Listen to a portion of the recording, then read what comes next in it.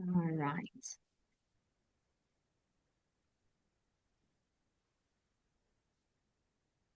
Okay, so now that you all can see this, this is what makes a school work. There are three things that physically make a school work. The first one is proper systems. Now we're going to go in depth and make sure that the systems that you already have are functioning properly and that they work because they need to be streamlined. You are not supposed to be working harder, you are supposed to be working smarter. The second thing that makes a school work is clarity. When there seems to be confusion and things seem to be unclear, and you have to find a deeper meaning in everything, you lose the clarity. It becomes so hazy that you don't get the work done. And the third thing is you must test your results. The proof is in the pudding. So when you are running a preschool, these are the three foundational pillars that we're looking at: proper systems, proper clarity, and the end result. So most of you know me. My name is Shamaine Buerta. I'm an educational specialist. And today's team, we have Gerrit on IT, Francois on Zoom, and Tanya is also here to assist me with questions and answers. Why am I the person to speak to this evening? I have more than 20 years of experience. And what I'm going to teach you is not found in a book.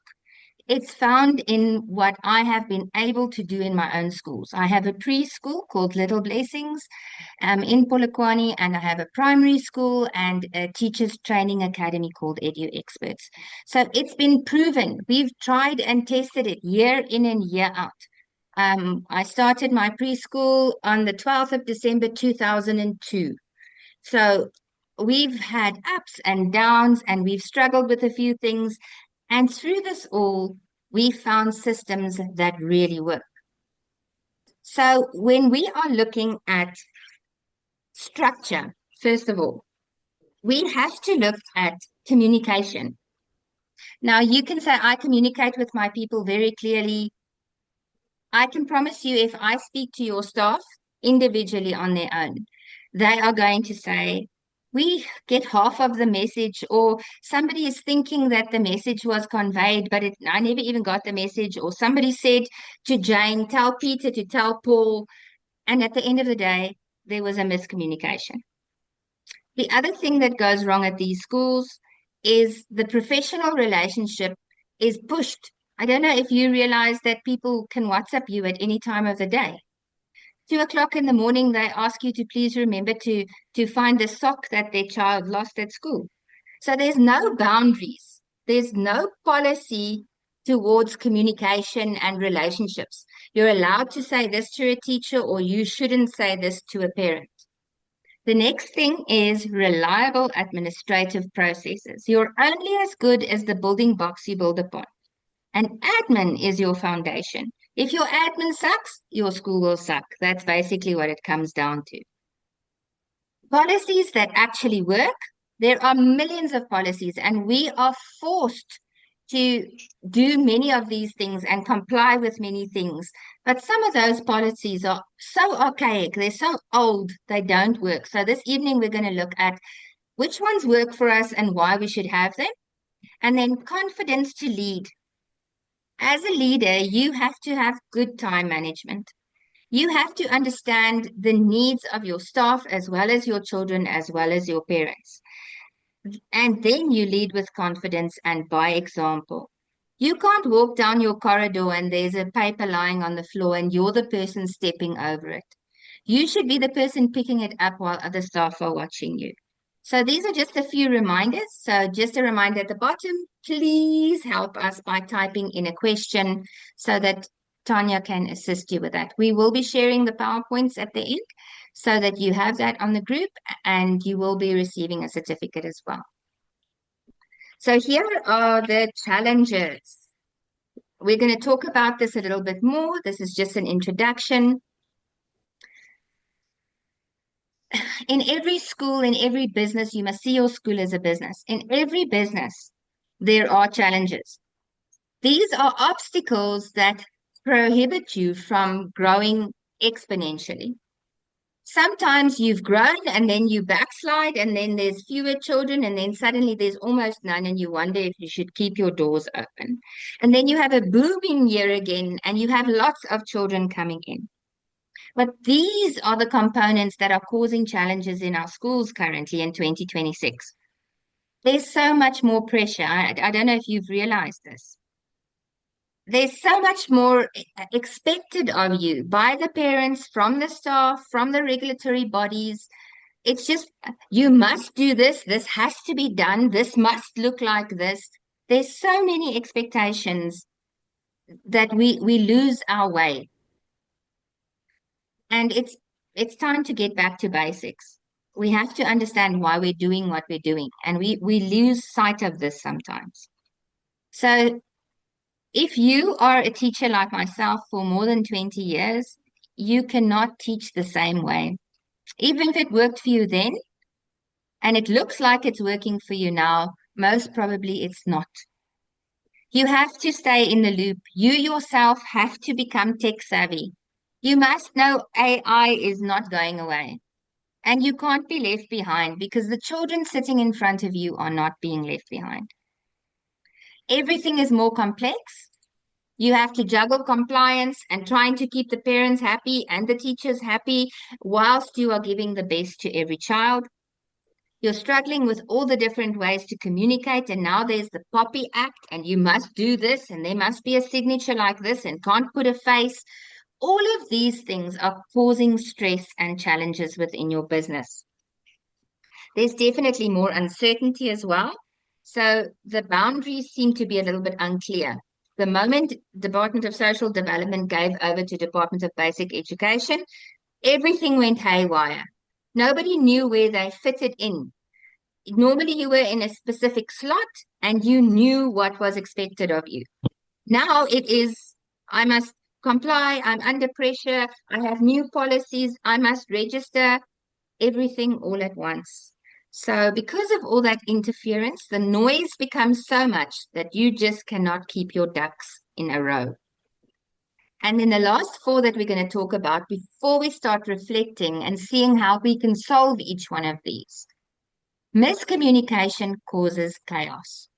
If information goes missing or gets lost between the staff member and yourself, between the parent and the staff member, between the administrative office, those non-compliances and misunderstandings cause that the chain of an event stops. It's like having matches in a row and then pulling one match out. You will have the message go like that telephone game we play with the kids, and suddenly the fire will stop. This is exactly what happens if you don't have a proper paper trail or a digital trail to help you. The next thing is inconsistent admin.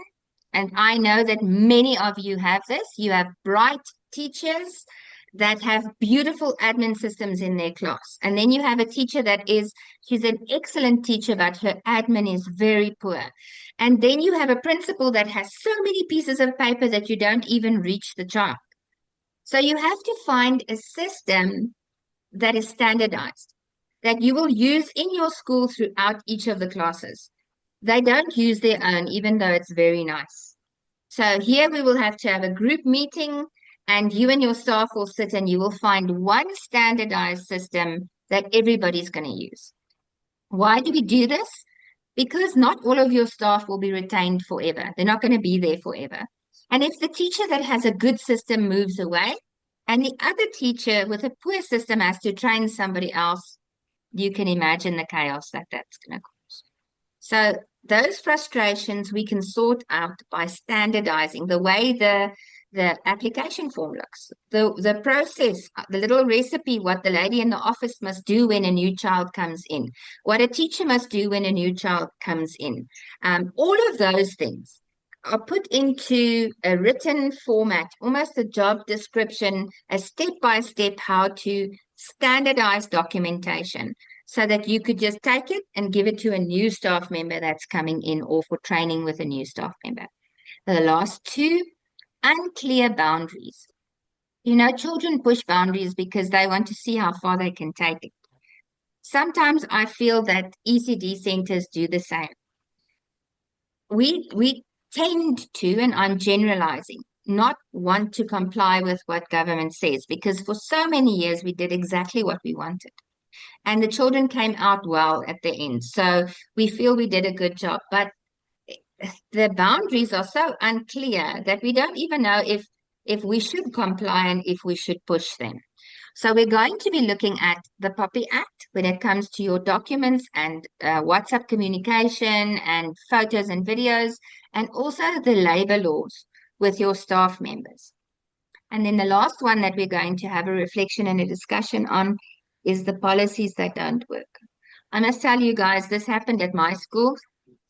I had the Department of Social Development there and a Department of Education for an inspection. They came to see if we are going to be re-registered and if it's going to be a gold standard registration. So they came into the school, they took all of our documentation, everything. And when it came to the menu, they said this doesn't look like their menu. Their policy says it must look like this. And I've said we've had this menu for more than 20 years. It's very nutritional. We've taken it to a nutritionist and they have worked it out for us, and it circulates over 2 or 3 weeks. I think it's a 2-week cycle so that the children don't get bored. No, we have to change our menu. So we looked at the menu that they then provided as a sample menu. And I had to go back to them and say to them, listen, guys, we cannot comply with what you are asking. You have milk, peanut butter, fish, eggs, all of these things on this form. We are talking about children from birth, 6 weeks, up to 6 years old, for, end of grade R. And so many of them in this age group have allergies. That's why we had our menu reconstructed. Okay. I then asked them this question, and I'm going to ask you this question as well. Does it mean that we then should fake it till we make it? Because I could have filled in that form, just given it to social development, and just went on with my menu. What point did I reach or make? As a principal of a school or as the manager of a school, it is our responsibility to also train those that are ignorant or don't know, because they will do this to other schools that do not have the same knowledge as you have. Somewhere you have to speak up and say, I don't understand. What about this? And you have to remember that DSD and DBE are not there to close your schools down. That's not what they want. They don't have enough schools. They just want you to be the best possible school you can be. Okay, so I'm going to stop sharing here so that I can see all of you. So I hope this is starting to make a little bit of sense before we get into the Q&A. This is how Q&A is going to work. So Tanya is going to share some questions with me now. I'm going to answer as many of those questions as I can. And then we're going to have an open floor discussion on this portion of the webinar where you then raise your hand and she's going to say, okay, Musa, you can start, or okay, Gerrit, you can start, or whatever, so that we can answer the questions that you have. I'm going to remind you of the points that we discussed. We said that you need systems. We said that communication is a big, big problem. We said that people push boundaries because your policies are not in place.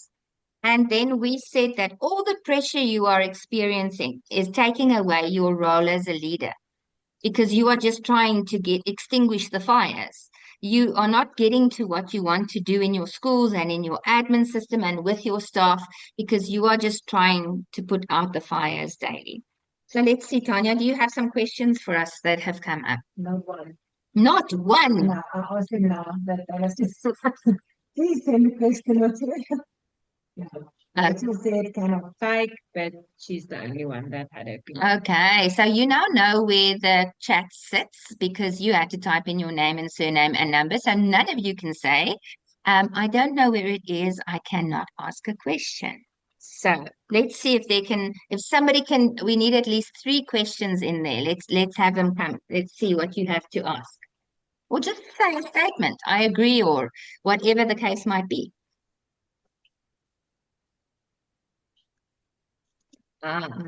The question here is, Which one? how is the best way to communicate with parents and not use teachers and personal numbers?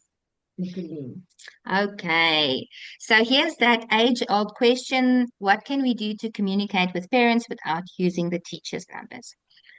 Honestly, there's nothing that you can do. I'm telling it as it is. A parent needs to know that they can contact their teacher. And the teacher should actually have a WhatsApp group in her class. We have in our school, so we've tried this, tried and tested. But we do something different, and I'm going to explain it now. So the teacher has the right to start a WhatsApp group. She adds all of her parents onto the WhatsApp group. We all have Wi-Fi. We all go to places that have Wi-Fi. And now we have a little there where the three dots are at the top of Wi-Fi. You can set that you don't want to hear the comments the whole time, or you can add to that that it's only you that's speaking, you the admin, which means you can communicate, but it's a one-way communication. You can tell them, remember, there is photo sessions tomorrow. Remember, you have to bring your athletics clothes. It is Mother's Day. Please send a photo of mommy. But the parents cannot send back. Let's do have your number, Nicolene. Definitely, I agree. But your parent is allowed access to their teacher, um, but not without rules. And here's where the thing comes in. In your school, your parents are expected to know everything. Now, ladies and gentlemen, common sense is a flower that does not grow in every garden. You have to train the parent in your school. So, what do we do? When the school starts, you have an introduction parent evening where the principal talks and tells about the school and how excited they are about the new year and how they're looking forward to the growth of the children. And these are the main things that are going to happen in the year. That's the first introduction to what's coming. And then the teacher should have had in-house training on how to handle the following. Maybe a PowerPoint presentation or a little video, because people don't listen or read. They just watch videos, which can be shared on the WhatsApp group that says, please do not contact me between this and this hour in the day. I will not reply. Sundays and over the weekends are my family time. Please do not contact me during these times unless it is a medical emergency. You cannot expect of the parent not to do whatever they feel like doing that they've been doing forever, and you don't set the ground rules. And here's the kicker. You have to keep to it yourself. You can't say, I'm going to quickly answer Samantha's question on Sunday at 9 o'clock in the evening, because then Samantha's brain gets a message. You can message this teacher every Sunday after 9, and it's okay. You just don't answer them back. And if they come with a complaint, you show them the WhatsApp regulations and rules. But you have to train them first. So on that first day, when you guys have that meeting, the teacher says, please remember to take the beautiful pictures and artwork that your children made. Here is their brag board. In our class, we have rules. These are our rules. We have a WhatsApp group. Please join this group, but no, it's a muted group. Only I can post. And when I post, it will be important. Or it's an open group. We have to respect each other's cultural and religious differences. All of those rules must be available. That is the only way to manage WhatsApp communication. Only way. There's no other way. Thinking they're going to know is not going to solve the problem for the teacher, because they will. We've seen that with our students. They WhatsApp us every minute of the day, even early mornings, because they want to be on their portal now. We are in a society where there's quick fixes. We want a quick answer. It must happen now. In the old days, they didn't even have a phone. They waited for the horse to come with a post box, with a post information. So I want to ask you guys, set the rules, but also train the parent, because they will only comply when you actually give them guidelines to follow. And if they don't comply, don't reward them with an answer. So I hope that answers your question. It is the best way to communicate. It is the quickest way to communicate. For you, I also think it's an amazing tool. My grandchildren are in a preschool where they send personal photos every single day of what the children are doing and how they're experiencing their day. So the teacher saves everything, and then somewhere, I don't know where she gets the time, but she sends a little message to mommy saying, "This is how Zanru was at school today." And you don't know how much that means to a parent. It's not possible for everybody. If you don't have Wi-Fi at your school, it makes it difficult because then it becomes a costly thing. Some schools have negotiated with MTN and with Vodacom. They've sent in letters saying we'd like to upskill our staff and we'd like to communicate better with our parents. Please, will you help us with either giving us a business type of package or a better package for our staff members so that they can WhatsApp? That's if a school can afford that. Not all schools can. So I hope, Nicolene, that answers a little bit of your question, but honestly saying it's the best way to communicate. And until you have set the rules and boundaries, they will push them. So Rachel feels, do not allow teachers to communicate personally to parents. Many parents do not have boundaries and many are OCD. Use a universal office phone. You can definitely do that. Not everybody has a universal office phone, so they don't use telecom, but you normally have a cell phone that you could use, that you could definitely do. Things that are a bit of an obstacle when it comes to communicating on phones is people don't all speak the same language. So they will speak to a parent with very poor English, for example. It's an Afrikaans speaking person that is teaching at a school and they are speaking to the parent in very broken English. Um, that doesn't look very professional. You do get management systems for schools as well. They cost money. Um, I'm going to ask ChatGPT if he knows of one that doesn't cost money, and I will share that with all of you. It is better to have a centralized system if you can, but if you can't, silence is the worst thing you can do. Rather a broken message in a poor language than no message at all, because that causes a lot of concern and fears amongst your parents. Rachel, I do agree with you. If you can, a centralized system. If it is concerning things like a child is ill and has to be collected from school, that's not something that a teacher would do from her phone. I'm talking about the niceties will be on your phone. This is the picture we made. Happy birthday to Borgu. Today we're doing on the farm, and these are all of the little children doing their artwork. That's kind of the communication that would go out there, and then obviously reminders. But on your in your office, all the important things will go from there. That will be we have an outbreak of measles or mumps or whatever the case might be. Those things that you should not share as a teacher with your parents from your side. So those, and then if you are struggling with language, there's no excuse. We said AI is here to stay. ChatGPT is free. If you don't know ChatGPT, you're from 19 Klik-Klak Kluwen. You need to get with the times. Go and download ChatGPT and find out what it is. Watch a few YouTube videos. Everybody is using it from children at school to wherever, and it is life-changing. Okay. Anything else? Yeah, Cheryl, you wants to know what response did you get from them after disputing the menu? That was the first question. Oh, Shirley, yes. So, first of all, they gave me a lot of hassles and they said that it will not change. This is how this will be. And I said then I would like to have a meeting with everybody. So I had 22 social workers sitting in their offices, and I went to their offices. I was adamant I am helping people register their schools, and I'm not going to tell them to give things that are poisonous or dangerous to children. And we had this meeting, and they came to the conclusion that they were wrong. After having the insight of all the allergies and specifically age appropriate allergies, they tend to go away. You know, children that are lactose intolerant, very few of them remain lactose intolerant for the rest of their lives. They outgrow it. So I said to them, if you gave this menu to a child in primary or high school, you wouldn't have a problem. But in this age group, and we had a great discussion, and then we brought in 3 nutritionalists dietitians, and they helped them to look at changing the menu.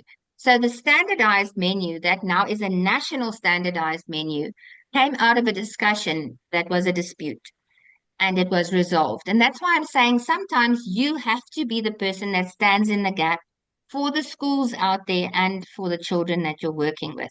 So we had a favorable outcome on that. But we could reason with them. We just didn't say it was wrong. We gave them facts why it was wrong. So sometimes you feel it's wrong. It's not about feelings, it's about facts. I hope that answers your question. Right. Anything else? Okay, Nicolene says, thank you so much. It does answer my question, just informing what we do. We have a school phone that every teacher can use, and we send out a daily report with photos. Teachers and parents can communicate during work hours through this phone, and this way parents can't communicate out of working hours unless it's an emergency. Then they contact the principal directly. I think that's a great idea. Yeah. So they basically have a cell phone, which is a school phone, like you said, Rachel, a school phone. And on here, everybody can communicate. The groups are loaded on there, and everybody can communicate there, but it doesn't go to all the staff members. It stays with one responsible person. I actually think that's a very good idea. It's something that I would definitely look into myself. Okay, so you also said the world of education is better off because of people like you. We need people to raise these concerns as we see these things and they don't. Okay, great. And I'm not anybody special. If you see something wrong, get your facts together and then just take it on. And if you can't, that's what EDUX SA is about. We are here to serve our community and you are our community. Make sure you bring it under our attention. I will go fight somebody. That's what I do. I like fighting. Right. And then I just want to quickly go back to this one. Rachel said coffee, an alternative option for allergy-prone learners. Yeah, that's interesting. A dietitian also said that, Rachel, when we spoke to them, that especially children that have allergies, you can't imagine, but coffee isn't as bad as it's made. Not even chocolate is as bad as it's made out to be. So I'm going to go on if that's okay with everybody with the webinar. I just quickly want to say, Pete says they give feedback on a closed parent Facebook page with related activities and special events. Hey, that's also a very good idea. It's also a free idea if you have Facebook. So they've created a Facebook page and it's closed and only their parents are allowed on that page. And that's where they can, they've set the rules because Facebook has rules that when you have people registering on Facebook, and there is where they share communication of what's happening at the school. I love this idea, Pete. I haven't thought of that myself. We'll definitely also be looking into that. That's why webinars like these work because we are all in the same boat. We are just rowing on a different river. Okay. So we're going to share quickly so we can go on.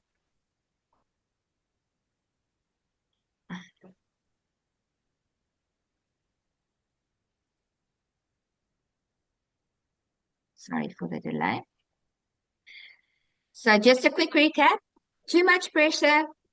Everything's too complex. There's so much uncertainty. Miscommunication causes chaos. Inconsistent admin, that's the worst one. Unclear boundaries and policies that don't work. So here's the solutions. We have a million problems, but at least we have a few solutions. So these are a few practical things that we're going to look at. The first one that we're looking at is when you guys, it's not on here, when you think of your school, you might have had your school for a very long time, or you've had it for a very short period of time and you're still unsure. I want you to play the devil's advocate. What that means is you're going to take a piece of paper or you're going to stand physically outside your school and you're going to say, I'm going to look at this place out of somebody else's eyes as if it's not mine.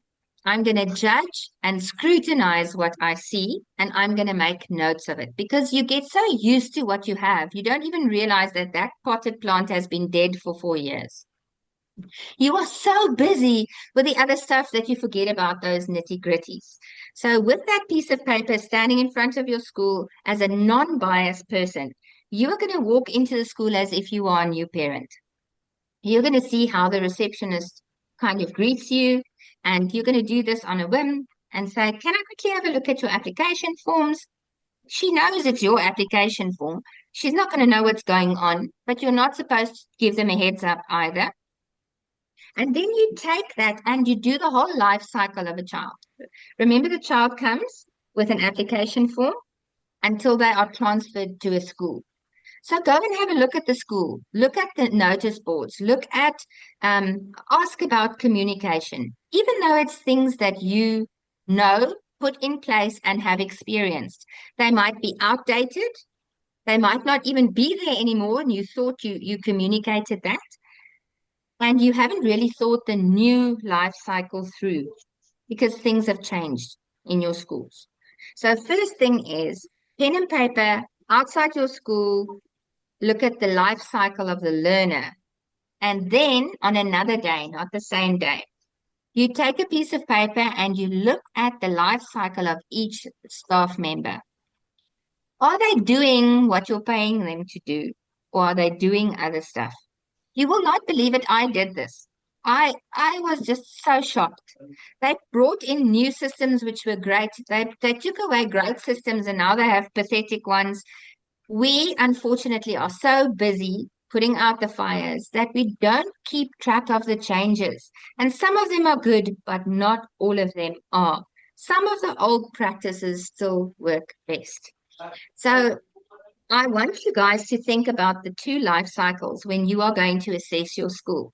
The baby to transfer and then the life cycle of the educator. Now, what do I mean with those staff members? Is it a new or an old educator? Are they doing any continual training? Have they done a qualification or not? Am I thinking of promoting this person? Do they belong in the age group they are, or should I actually move them to another age group?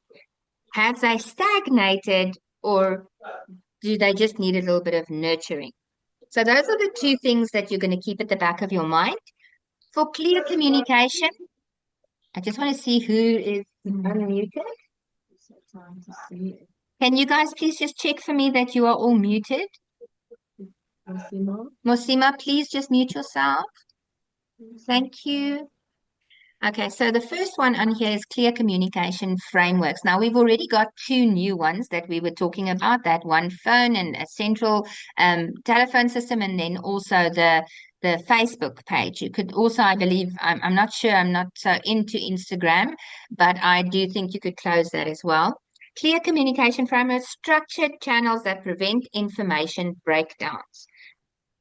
WhatsApp, Teams, Zoom recordings, short videos. And I want to tell you, if you know Instagram, go and download the app called EDITS, EDITS. It's the free app that goes with short video creation. It's videos, making a short video for dummies. It's really easy. And you can watch a YouTube video on how it works, and then you can play till you can get it right. Because parents are too lazy to read, you could make a short video, don't even have to show your face, could use an avatar, and all of this is easy. It sounds difficult, like all of the 10,000 things we do, but this is actually quite easy. So go and look at edits so that you can send out short recordings. Hi, moms and dads, welcome back to school. And then these are your new staff members. And then they all say hello. That says those visuals say more than 1,000 words ever would. And you could post that then and get people involved in the school. Your ethical relationship guidelines. Now, this is a bit of a difficult one. You have codes of conduct for a parent, codes of conduct as educators, codes of conduct for the child, and then codes of conduct according to government. Those are the four that you are looking at. In other words, how you should present yourself, conduct yourself when you are around others. Now, professional boundaries have to be protected because if they're not, people will walk all over you, your school, and your staff. They will tell you how to run your school, and that's wrong. They can give suggestions, or they can have complaints. But at the end of the day, they are not supposed to be in charge. You own the school. So the standard operating procedure for schools is online. It is available. Code of conduct, those would be for your teachers. SACE gives them for a teacher. They have a code of conduct for teachers. And then your admittance policy for the parents. Now, this is a big one. I actually am going to stop sharing my screen so that we can talk about this one. In the last week, I've had about 42 telephone calls from principals from schools that have trouble because their parents want to now take them to court, or they are saying that the way they are conducting themselves is not professional, or they don't have a proper policy. Their policy is not in place. They didn't know they had to send so many nappies. And this child, when they picked them up, they were wet, etc., etc. If you own a business, you need to have policies for your staff members, because the thing policy does is protects you. It's a shield. Without a proper policy, you are open to attack. I'm going to say it again. Without a proper legal policy, your school, your staff members, anybody working for you on your grounds is open to attack. You have to take time to go sit down with your school policy, and you have to check every aspect of that so that your staff is protected and you and your school and your legacy is protected. If you have a poor policy, once again, you can contact us. We will definitely help, or ask ChatGPT. If you upload that policy onto ChatGPT and say, can you find all the faults in here?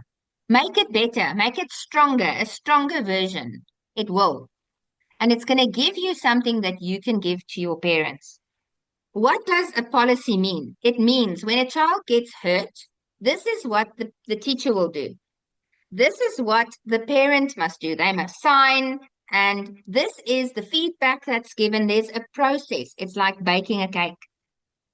All of those processes are legal things. So there must be signatures and evidence and proof to protect you.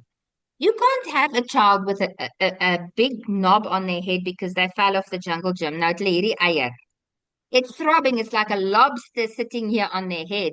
And when mommy comes from home to come and get the child, the mom says, what happened to my child? And you say, oh, I didn't notice. I didn't see it. I'm sorry. I had 20 other children in the class.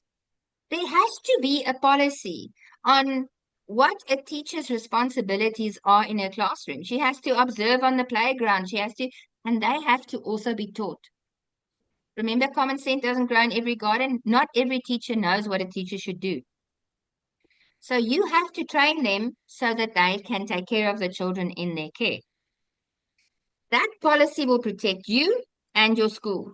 If a child now falls and they've got a bump on their head, what do? Are you allowed to administer medication? Policy number 1, no, unless it's life-threatening. According to South African law, we are not allowed to administer medication unless we are doctors or registered sisters or have a level 3 in first aid and care. Do any of you have that? Just raise your hand if you're a doctor or whatever. Well, I've got 2 doctors, I think. But the rest aren't. You're not allowed to give medication, because if that child goes into anaphylactic shock because what you gave them they were allergic to and dies, that's culpable homicide. You killed somebody. You didn't try to save them. You didn't follow the legal policy. You may not administer medication if you are not qualified to do so. Vangela. So now, oh, but the mommies and daddies don't like it because they have a snotty runny nose, and then they bring their steaming machine and they bring their 6 bottles of antibiotics and their pain medication and the Vicks that I have to, as a teacher, put on and administer every 2 hours. Is it legal? No. A sick child should not be at school. If you want to have this, your policies must say very clearly that the parent will sign off, take responsibility. If it's somebody who has chronic asthma, for example, a doctor or somebody who knows must train you as a teacher before you're allowed to give them a nebulizer or an inhaler or anything like that. That's how serious it is. Go and look at the South African law on medication. So policies, people don't like them, but they are the shields that cover and protect your school. That's your livelihood. The people working for you's livelihood, and the other parents who really like you's livelihood. Don't because one parent says, I'm going to leave your school because the other schools give medication. Then you say, ta ta, this is law. It is a policy that you have to enforce. Laws aren't always nice, and people don't understand them until you train them. Show a parent then, this is South African law on medication. This is the document that governs this. Do you still want to take your child out of the school? No, I've revisited that. Other schools are going to say the same. Okay. Question.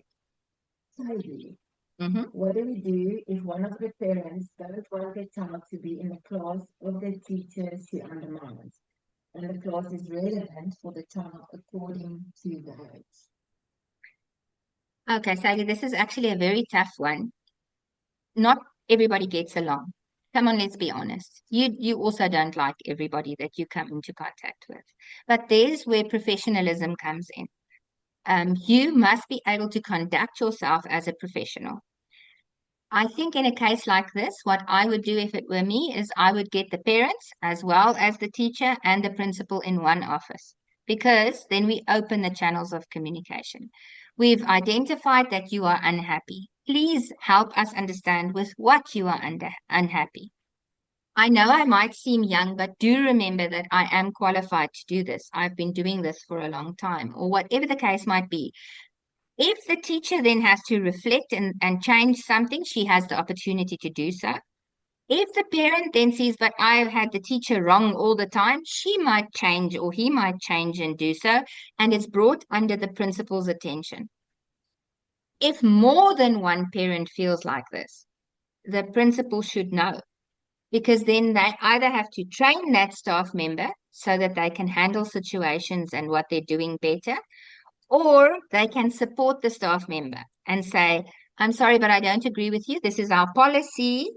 And the teacher just followed the policy. I understand you want your child to have a lollipop at 6 o'clock in the morning when you drop them off, but unfortunately, there are 240 other children that don't have lollipops, so this will not happen. Please don't be upset with the teacher who doesn't want to give your child a lollipop.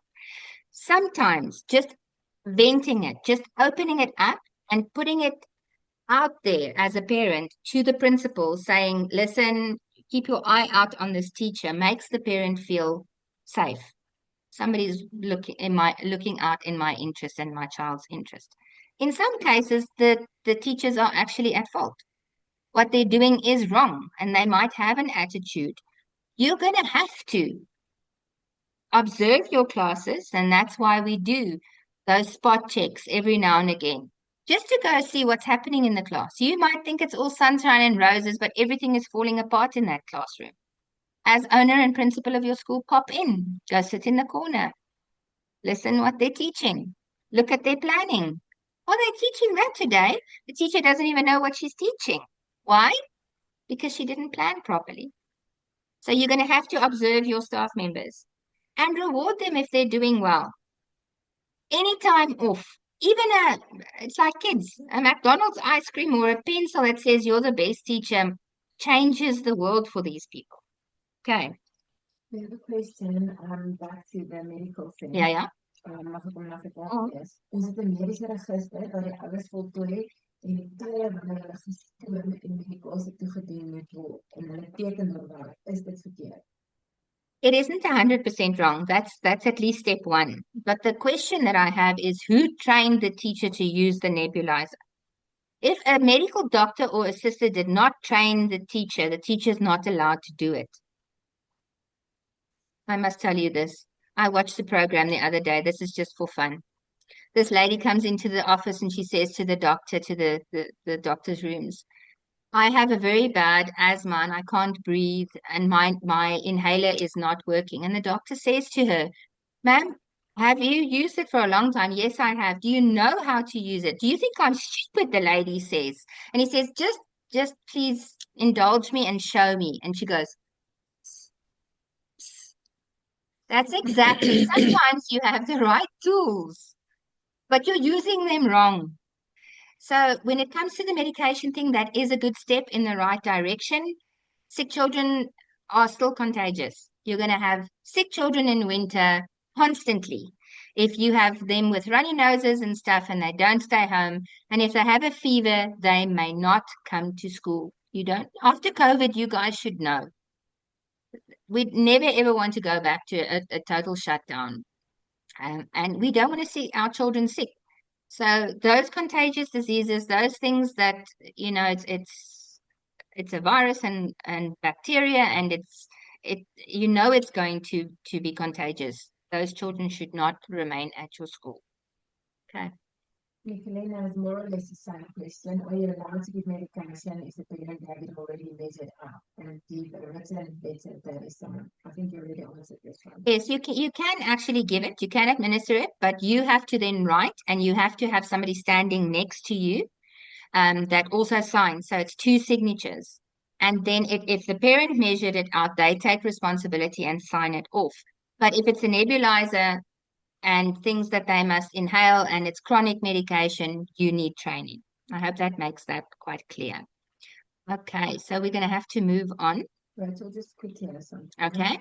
I request that parents with teachers to maximize a child's potential on strict cell phones upon dropping off and collection. If I insist that parents do not talk about teacher negatively in front of the child, no smoking in the vehicle, before drop-off and collection, no vulgarity in front of the child, parents must not bicker or argue in front of children, offer vocal use upon teaching a child, only positive reinforcement on time, and no sweets before school. Well, we all try that, but I must tell you that we have children raising children. I'm honest when I'm saying this. I don't know if you've noticed, but the parents actually have more tantrums than the kids do nowadays. And they are very set on telling you that the child is soft-natured and you shouldn't raise your voice. And there's specific rules in their homes. I at my school have had children that are turning 5 that cannot chew solid food because they're still on purity, and they choke and they want to vomit because they cannot ingest solid food. Then who's to blame, the parent or the school? So it's a in your policy, even things like that is, if you have a child that's 4 years old and still not potty trained, how are you going to accommodate that child with in your school if there's no medical need for it? Say, for instance, they don't have an anal sphincter and they can't control their bowels, then we could understand. But if it's a normal child that just never was potty trained and they're 4, and this is what we're seeing popping up everywhere, is children raising children. Not all, I'm generalizing. Remember, there's great parents out there as well. All right. So your ethical guidelines are important, and I want to say something here for all teachers. What you wear is important. I mean, you don't go to the doctor and he's sitting there in his swimming trunks with his help my start like shirt. He is properly dressed, and you can see he's professional. Teachers that wear these spaghetti strap things very low, I'm talking about lady, female teachers, and very low short shorts and things like this. We are in a society where we have problems in some of our marriages, and now this is an open door for a parent that is fighting with his wife or what the case might be. As a school, you should take responsibility for the way you look and the way you present yourself as well. And if you see your staff cannot comply due to finances, have a fundraiser. Get a t-shirt with your school's name on, or a golf shirt or something, which takes away that from, I don't have other money or the means to go and find another wardrobe to do this. But train your staff to take care of themselves because it's a reflection of your school. And when people walk in, you will see this when you go do the life cycle. You're going to look at people's shoes, which you never do. But because you're in this and you're critically looking, you are going to observe these things. Find a way to make it possible for them to look better, to look friendlier for the children, and to when you go on an event so that they are recognizable that this is school ABC.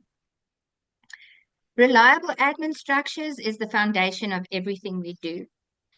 If you do not have a proper admin system, it can be a written one or on a computer, and it's not standardized. Everybody is doing whatever they were. You are out of control. You have lost the reins of your horse, and you will never be able to rein it in or change direction or speed it up.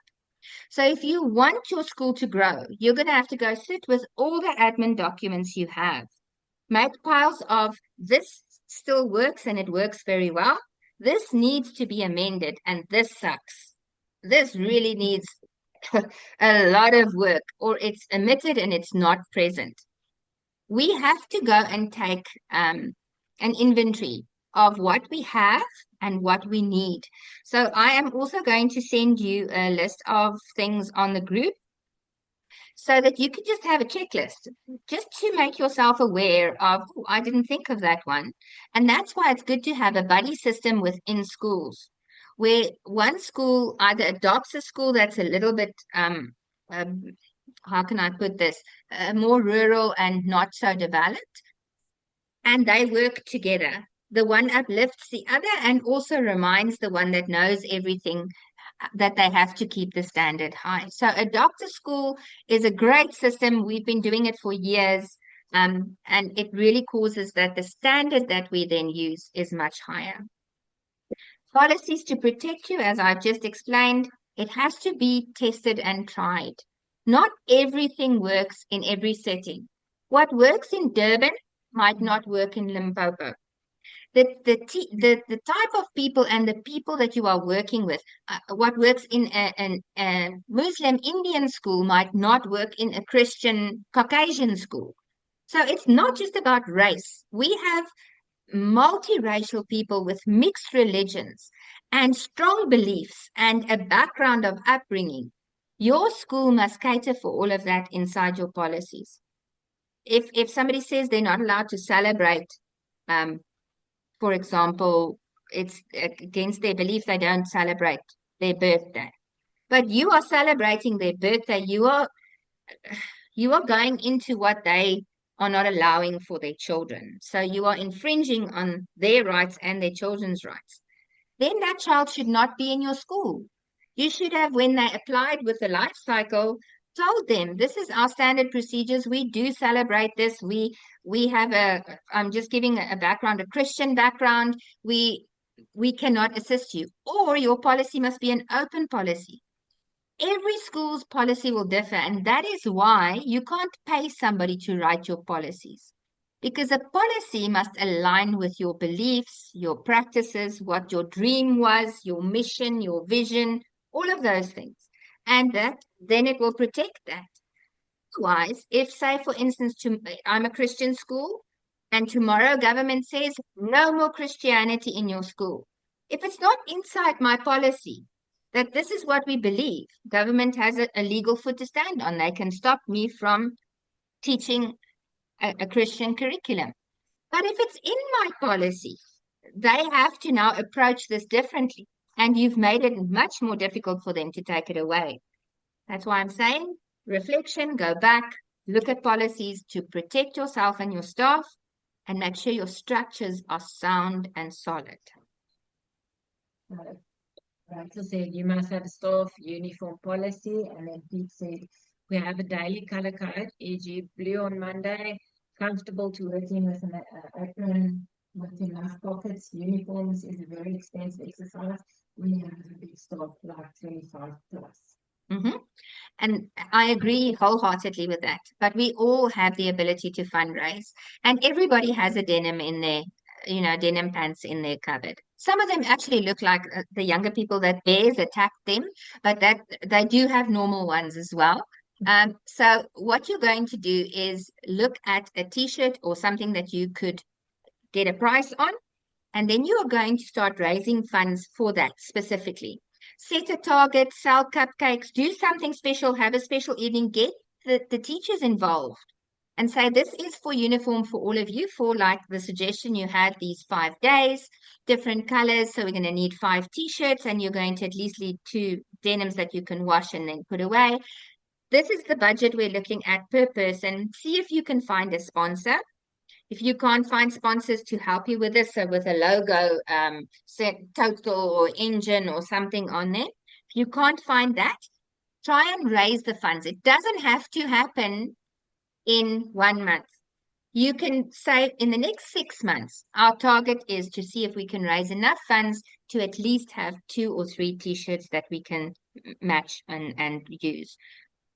It is easier for the teachers and it does look better. For schools that have it, purchase uniform and do that. For those that don't let it be an obstacle. Find a solution. Okay. And there are sponsors. Did you know? Quick question. All companies, Old Mutual, Standard Bank, Nedbank, all of them have a thing called a CSI where they have Yeah. to give out money. Send letters to those corporations. Say to them, I have a school, I have 25 staff members, we'd love to have school uniform. Don't you want to put the name Nedbank on here and then sponsor it for us? If you do this at the end of the year for the next year, because they have a annual, what do you call it? Uh, in your budget that you get has a life cycle, a yearly life cycle. So if you come too late, you miss that cycle. Don't sit back. If you have a problem, find a solution. Ask questions, see who else has ever got a sponsorship, but really, really try very, very hard. And it's not going to be possible for all schools, but you don't know till you've asked or tried, especially if you've never asked before. My question. All right. I hope this is making sense. So we said, Oh, sorry. Before we go on, mhm. okay, come on now. How many t-shirts does each educator receive? And do we, um, what, we buy them for the, replace them with new ones every year when they become old or worn out? Well, that's going to be in your policy. You'll have a uniform policy and you will know that we need to budget for this. So, say for instance, 10 Rand of your funny hat day every year is going to go towards this, or a big event that you might host, a sport event, you're going to do hot dog sales or whatever the case might be. If you know that it is something that needs to be replenished, it is something that you can put into your budget. If you're well prepared and planned strategically, you will be able to do that. I would say, as what we've done at our school when we just started, is we at least started with 2. That means that 2 days in the week they wore their t-shirts, and then they had the other days where they wore home clothes, normal clothes. And we were able to, if you have enough of them, they don't wear out so quickly. We were able to actually, with another fundraiser, do another type of t-shirt. And in the end, we had, like they have, we had 5. So each day has a different color, or each classroom had its own color. The ladybirds were red and the butterflies were turquoise, or whatever the case might be. You're going to have to see what works for you, how invested and involved your parents are, especially with fundraisers and your big events.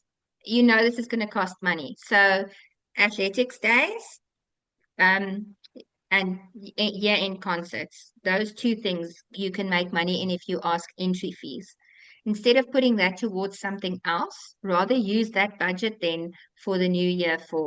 It's a beautiful gift at the end of the year for your staff to say thank you for all your hard work for the new year. Here's a new t-shirt. It's really a lovely gift because it saves their home clothes as well. The children throw up on them and they paint them and whatnot. So it doesn't just look beautiful, it also saves them thinking what they have to put on. And then there's that uniformity. You feel part of something.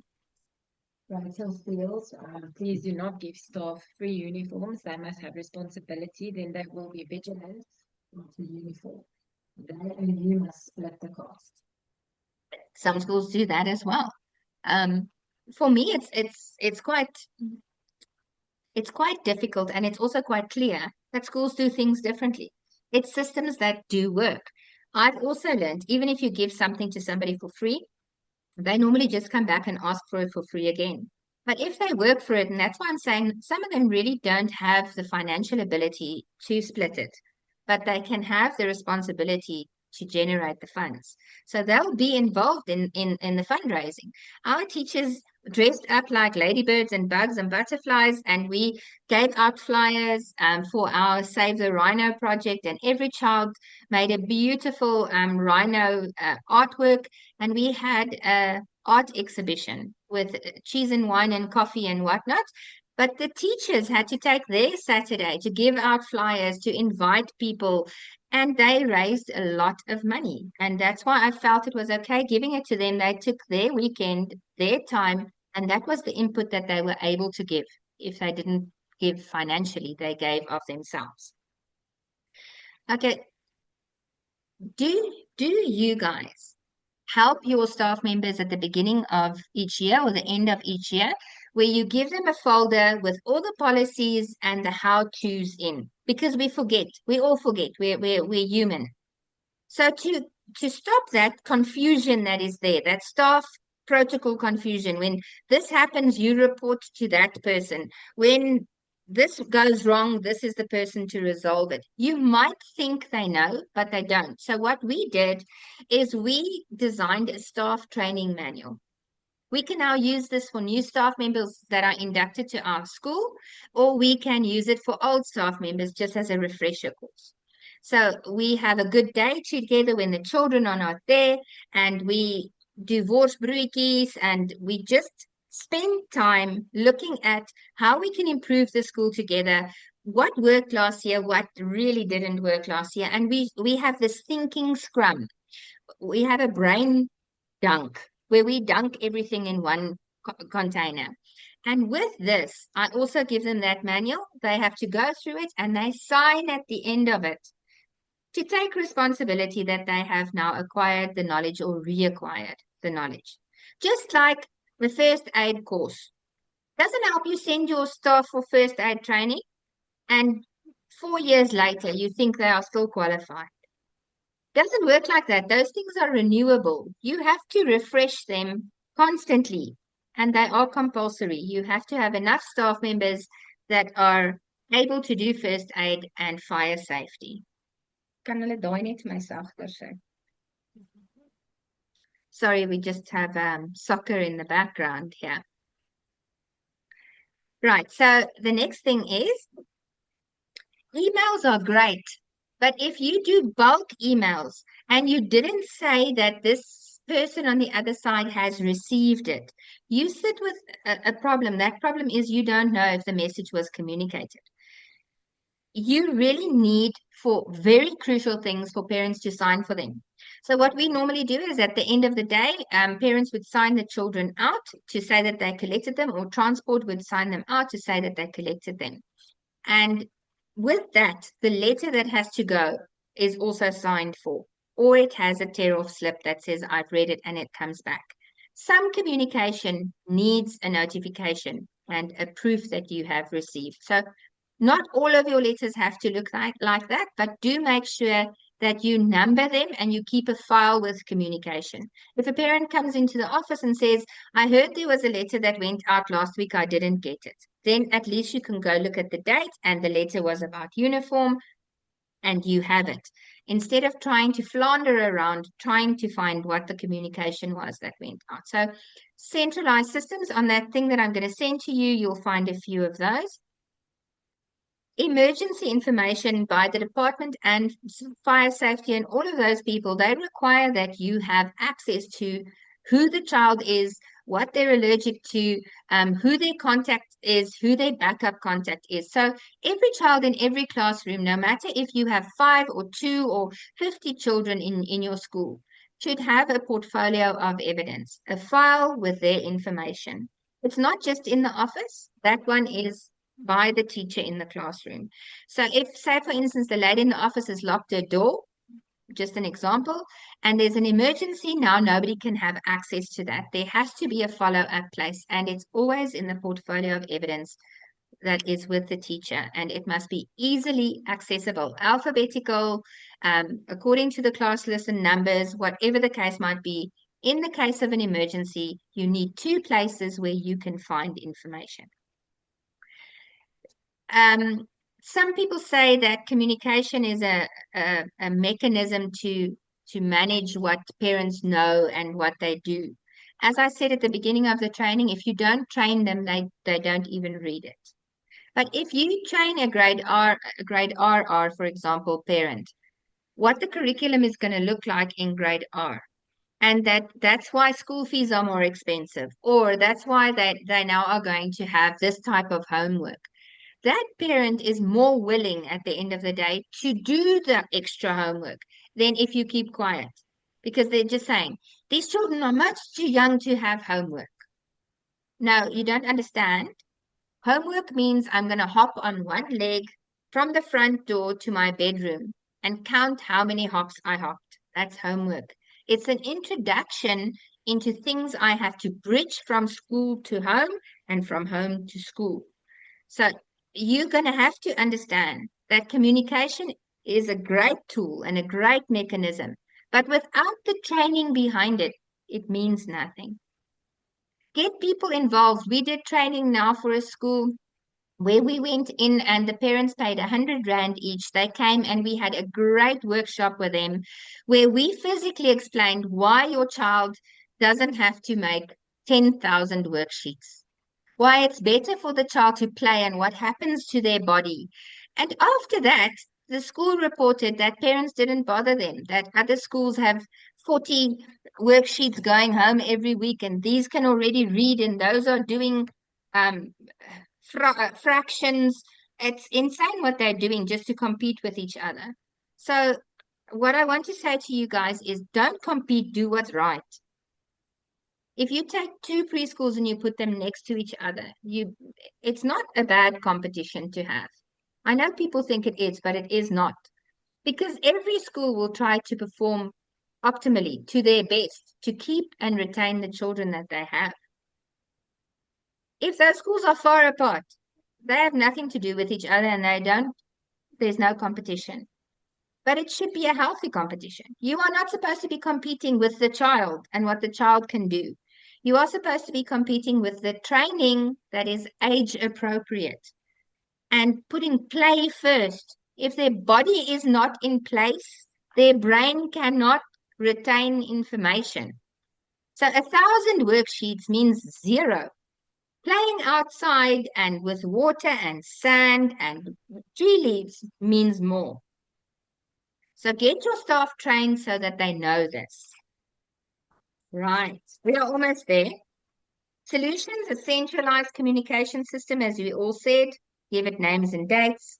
Standardized documentation, make sure that we all use the same type of class list, that we all use the same type of budget where people are going to order worsbroodjies, so you are going to charge 15 Rand, then they sign for it and they pay their 15 Rand. Every classes looks the same. Emergency information in two places, in the office, in your POE. And then here's an example of a what's when calendar. Let me quickly show you. See if I can find it. This is my schools. We do this every year in August. Our whole staff sit and we do this. So this was January. We first plotted by putting down all the school holidays and all the weekends and stuff.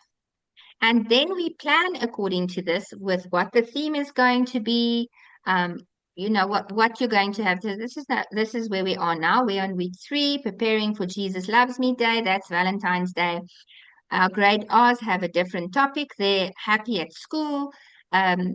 Soccer stars are coming to do a demo. One of the teachers has a birthday. Here's our photo day. StimuZone is there for their demo. It's the beginning of the year. And we do this for every single month of the year. There's not a month that passes that we are not in control of what is happening at school. Now, this is called the what's when. It plans your year in advance and you plan it in August for the next year. Why August? If I now have a sports day and I actually wanted to rent the stadium that we have here, the sports stadium, I need to do that in advance before another school books it. So as a school, normally the principal starts out with the what's when, and then they get the teachers together when she's laid the foundation of what's going to happen, and they put meat to the skeleton. This is the best tool because we give this to the parents digitally. We print it small and we put it into the children's books. And we actually have everything that's going to happen at school when the schools reopen, etc.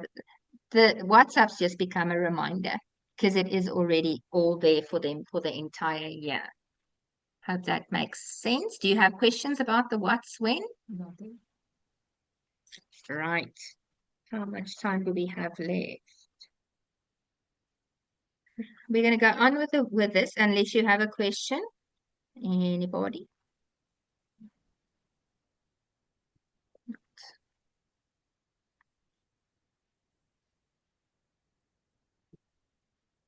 So those are the things that we're going to do, but first of all, your parents must know what they're allowed to do and ask, and your staff must know what they're allowed to do and ask. This plays into that question about the parent kind of undermining the authority of the staff member.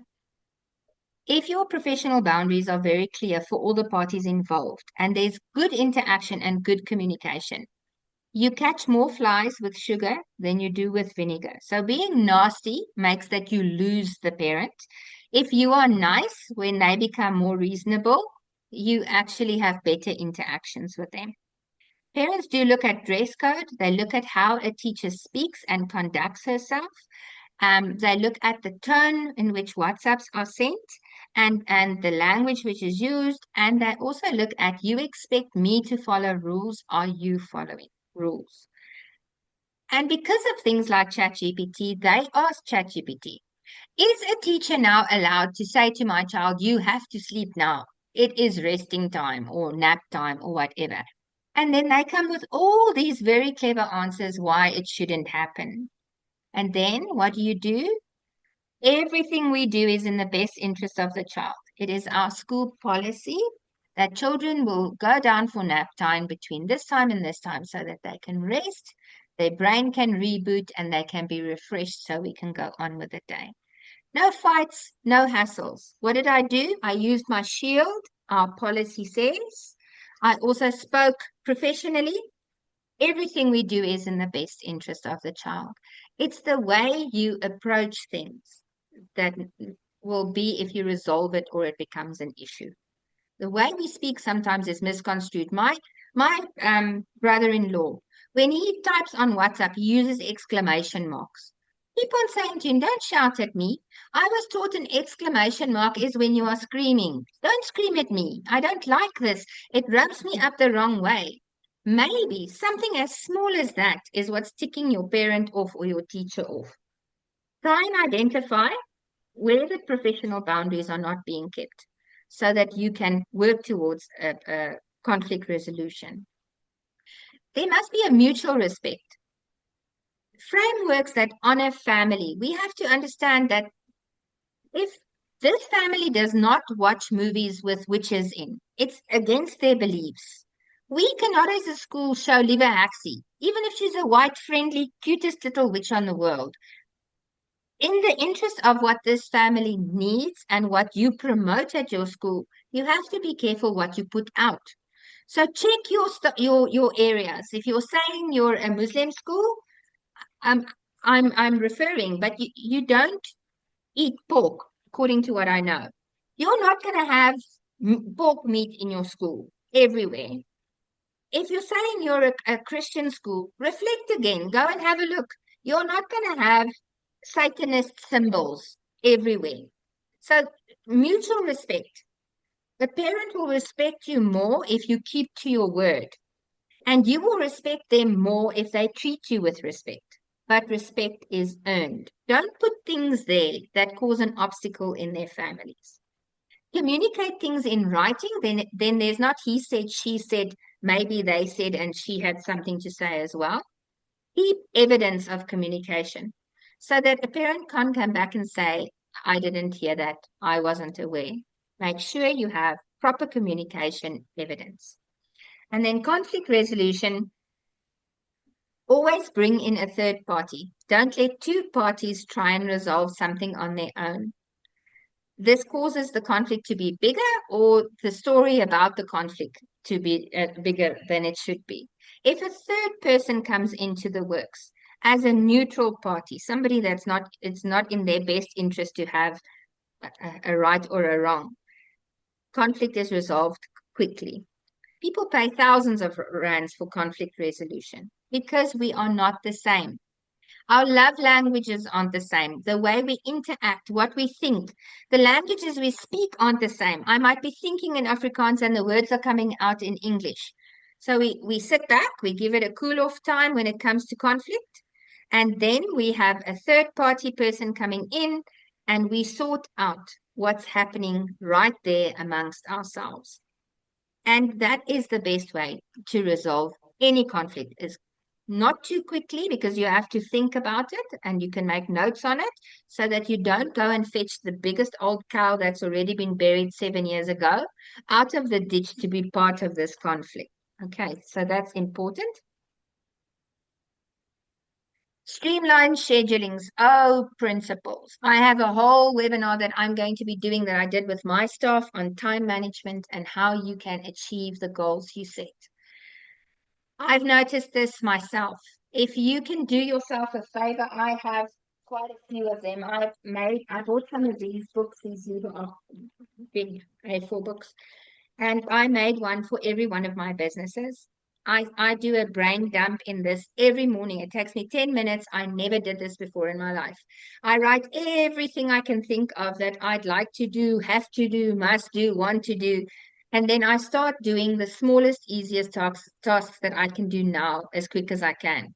And I take a highlighter and draw a line through them. And then there's a few remaining and I unpack them. This is going to be a big one. I have to do this over a few days. This is going to be quicker, but maybe I need help. And since I've been doing that, I am achieving more than I've ever achieved in my life when it comes to task completion. So streamlining and scheduling, use your what's when, make sure you have enough time to do what you do, and don't burn out your staff members. You have to let them rest. They must have something to drink or eat. They are also living in the same world as you. Their children also become ill. They also have things that happen at home. Life happens. Make space in your schedule to accommodate it. Don't make it a habit. Documentation protocols, consistent record keeping that protects your school and legally safeguards your staff. Sound policies. Financial transparency. Oh, this is a big one. I know you're not going to like this one. You think it's your business, and every cent that comes into your business is your business. I want to tell you that that's not 100% correct. You are supposed to be financially transparent if you have a school. In other words, there's got to be a clear budget. Somebody must be keeping you accountable, so you have a bookkeeper. And then you are supposed to, if there was a fundraiser, give feedback. Just going to stop this quickly. It might be your school, but it still is the parents' money. That sounds ridiculous, but it's a fact. They are paying for a service. What are you doing with the money that is being used in the interest of the child? If you are subsidized and getting funding, that is the most important question they will ask you. If you are funding yourself, that is the most important question you should be asking yourself. I made so much this year or this month. I had to pay overheads, cost me so much. That left me with this. What did I do? What was my stewardship with this money for this school? Or did I go on holiday and I bought a new car and I what? You have a responsibility toward the parent that participated in a activity where, for example, they paid for the concert. Now you've raised 40,000 Rand with the concert. What did you do with the money? Who's keeping you accountable? In our country, we have a lot of corruption and people like to pocket stuff. And everybody thinks everybody is stealing from everybody. So it's important to have a certain amount of transparency. I'm not saying throw your books open. I'm saying give feedback when it's needed because that transparency lets people trust you. Any questions on that?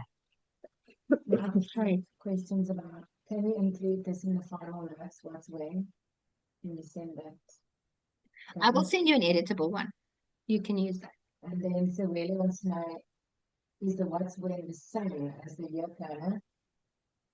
So really, it is very much like the year planner. It's just it's evolved over the years. It became we teach CAPS for grade R, so we have a grade R division. So I had to have place in the what's when for the themes for grade R, and what we do with them differs. They go on field trips and etc.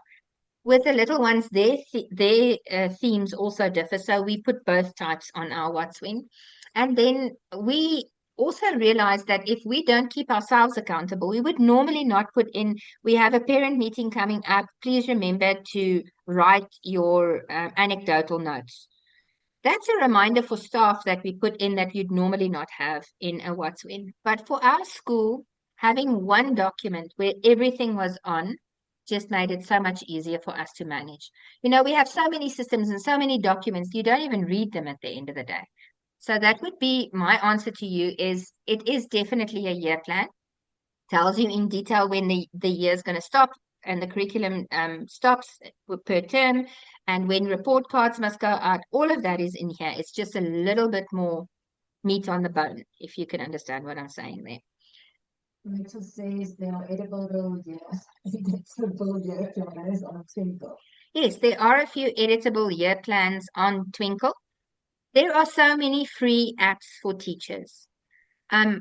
Both my principals came back to me and said this year, because I gave everybody a challenge. Edu Experts, EDUX SA, Little Blessings, Northview, and the guest houses that we have. I gave everybody a challenge. So I said, can we do something with AI and technology every week? One thing. So that's how we found edits to edit the little videos. And they came back and they said, with it that what were we talking about? I forgot About what's when. about the what's when. They came back and they said, why would we have a calendar like this if we could have an app with a calendar? Now, all of our phones, every single phone has a Google Calendar on it. You could put your year plan for the staff on your Google Calendar. That's how my Google Calendar, just want to show you, you can see. It's color coded every month for events and activities. And this is just for our school. So I share that with them. If something pops up, they get that. So my challenge to everybody is to make AI work for you, not against you, and make your life easier, not more complex, and the hours that you're working longer. Make use of that. Ja, nog iets. Yes, Arfan, I don't know who you are, but she's asking, Mhm. do you often conduct workshops? We would like to welcome you or your representative to our school for different types of training. Yes, we do. We are a national organization, EDUX SA. So we are involved in education. We do training and qualifications, short courses and webinars. And then this last year we started where we help people register their schools. And then we started with CPTD training for continual professional training and development. So schools get me in or from our staff members, we have a big corps of staff members, 96 people working for us. They get us in, and it depends. If it's about your finances, we get somebody in with business and finance knowledge, and then they work out a package for you for the training, and it's training just for your school. So we have online options for that, and then we've got options where we physically come to your school and we train your teachers at your school. So those options are available. You have my contact numbers. They are on the group. You can say, please, I'd like to speak to you. We'll have a Zoom or whatever, and then we can discuss how we can help your school. The training that we now have done, the last one we did is we spoke about time management and how people waste time. So we had that training with a group of 25 teachers, and it was amazing. All of them, the feedback after that, because we do have follow-ups, the feedback after that was great. We actually now can manage our time, and we feel accomplished. We're getting somewhere. We are able to do more than we did in the past, and more being more productive without working harder. Right. Okay, so we are really almost done.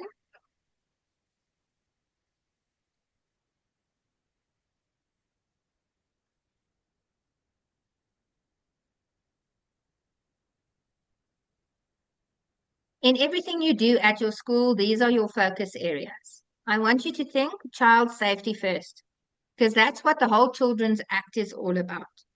If your protocols and the way you are working with your staff and the supervising staff and those that are working with the children that are ill, and when there's an emergency, according to the Children's Act, if you have your health and safety in order, if a child feels safe and secure, they will thrive, they will learn. So, your school, the first priority is your health and safety. If there's anything unsafe, uh, that has to be addressed first because it's going to cause not being in the interest of the child first. Your parent partnership. You might think you're the Lone Ranger and you're doing this on your own. You only see them so many hours. Then somebody else takes them, and you can ask anybody who comes out of a divorced family. The mommy doesn't do what the daddy does. And the rules in the one house is not the same as the rules in the other house.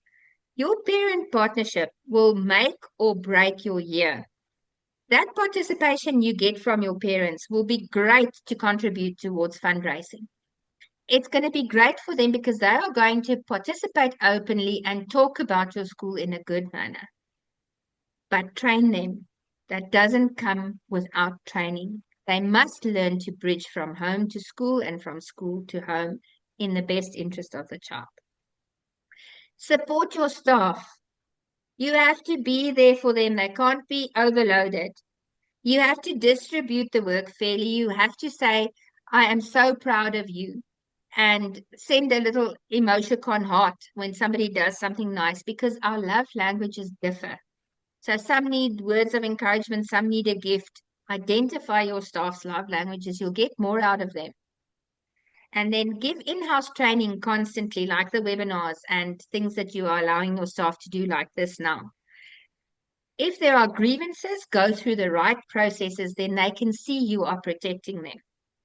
Time management and setting achievable targets is very important, but also saying, well done, good and faithful teacher or staff member at the end of that.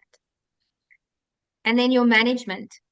You guys are overstressed, you are overworked, you feel underpaid, you don't know how you're going to keep everything together. Everybody wants a pound of your flesh. The only way to keep your sanity is to have risk mitigation, things that helps you make sure that those fires don't come up too quickly and you've mitigated the risk. Your legal compliance will cover you and your staff, so your policies. Have a good relationship with government. When they come, have the files ready. Show them you are ready. You've got nothing to fear. Make sure your ducks are in a row. If you can uplift and train the people that is managing and working at your school, your job becomes less. You are only there for enrichment and for rewards at the end of the day. The staff that I have for me, I am very blessed. I've been able to work with some of them now for 22, 24 years, and they're still with me.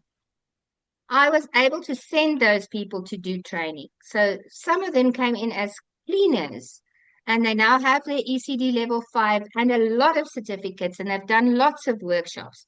Not because I'm so good, but because I realize my school is only as good as the staff members that I've appointed. So be there for your staff, uplift your staff, help them reach new goals every year. Sit with them, talk to them, and say, what would you like to achieve? Do you feel you're standing still? How can I help you move forward? You will retain and maintain your staff members if they feel like family. That means not that they are disrespectful towards you, but they see you care and you have an interest in their family as well as in their capabilities and skills. Hear them out. Don't just say they're going to be in a 3 to 4 year class next year. Maybe that's really not where they want to be. They want to be with the babies. So have a powwow with every one of your staff members just before the end of the year. We normally also do this in August, which gives us time for transitions. And then you can put your mind to paper and you can say, I'm going to now move this person that's been with the potty trainers for 7 years, and I'm going to put them with the grade R's. They've done their due diligence here. Give them a chance. You can't just put somebody somewhere because you, as the owner, think that's the best place for them to be, unless then they don't have the capability to be elsewhere, if I can put it very bluntly. This is the picture of your school. Your school is your parents, your children, your staff, the policies and the rules, the money that comes in and goes out, the communication and how effectively, if there was communication efficacy, it was open and clear, the documentation and paperwork you keep, the information that you share with the children, the staff, as well as the parents and anybody involved, and then your curriculum. If anywhere in this cycle that you see in front of you, there is a glitch, the wheel cannot turn. So if your parents are unhappy, the rest of it is going to suffer. If your information is poorly captured and filed, the rest of this will suffer. If your money is not transparent, you don't know how much is going out and how much you're giving to where, and you don't have a budget, the rest of this is going to be affected. So when you guys do your challenge, when you do that life cycle, I'm going to share this with you. I would like you to please go and sit.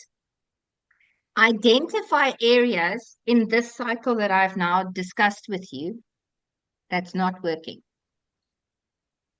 You are more than welcome on the WhatsApp group that I have now put you on to remain on it for a while. You are welcome to ask there. I have an issue.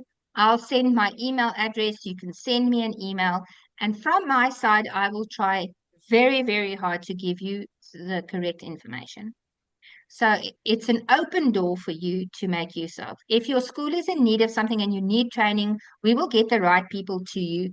If you have parents and teachers shouting at each other, let's do a thing on conflict resolution. If you have children that are bullying, we already have training on that.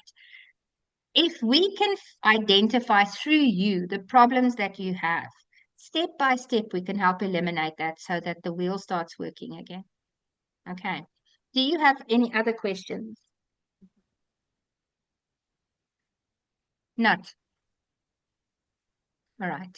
So what's going to happen next is it's weekend, so please give me grace till Monday when my staff and I can look at this. We are going to share with you the PowerPoint that I was talking about this evening. I will be sharing the what's when on request, and then I will be sharing information of the training that we do provide. I also asked Bernalee, my daughter, she has a WhatsApp group for people that are interested in studying and training further. So anything that is coming up, I know there's 2 other webinars just about children that's coming up. People can find the information on that group. We don't want to flood all the groups with almost marketing at the end of the day. It's on one group and you voluntarily can go onto it. So I will add a link, or Bernalee will add a link for you on the group. And if you want to join that WhatsApp group, that means you're going to get all the information that goes out from us on any training that we offer, if it's a webinar, workshop, or whatever. And if you at your different venues, if your school we went to Durban recently, and we were in Klerksdorp, and we were in Kimberley. And some of the people that did webinars with us, like Amanda and Rachel, gave us a venue, and they got everybody in the community with schools together. And we asked an amount, and we took people through, and we trained there. We also do face-to-face workshops. Okay. I really trust that this kind of gave you a bit of insight. I know you have more questions than answers. That's normally what happens at the end of a webinar like this. but at least you are looking in the right place to make your school work better. From my side, I am willing to help where I can, make use of it. Thank you very much that you participated and took part in the webinar this evening. And I hope that the stuff that I'm going to share with you, you'll be able to use in your schools and edit. So is there any last thing before we say goodbye? Nothing. I would like to say thank you to Tanya as well for reading and helping and doing everything that needs to be done this evening, and also to the IT team. And what? Just a pleasure. She says it's a pleasure. Right. I hope to see you guys again soon, and have a blessed weekend, and good luck with all your schools. Bye, everybody. Bye.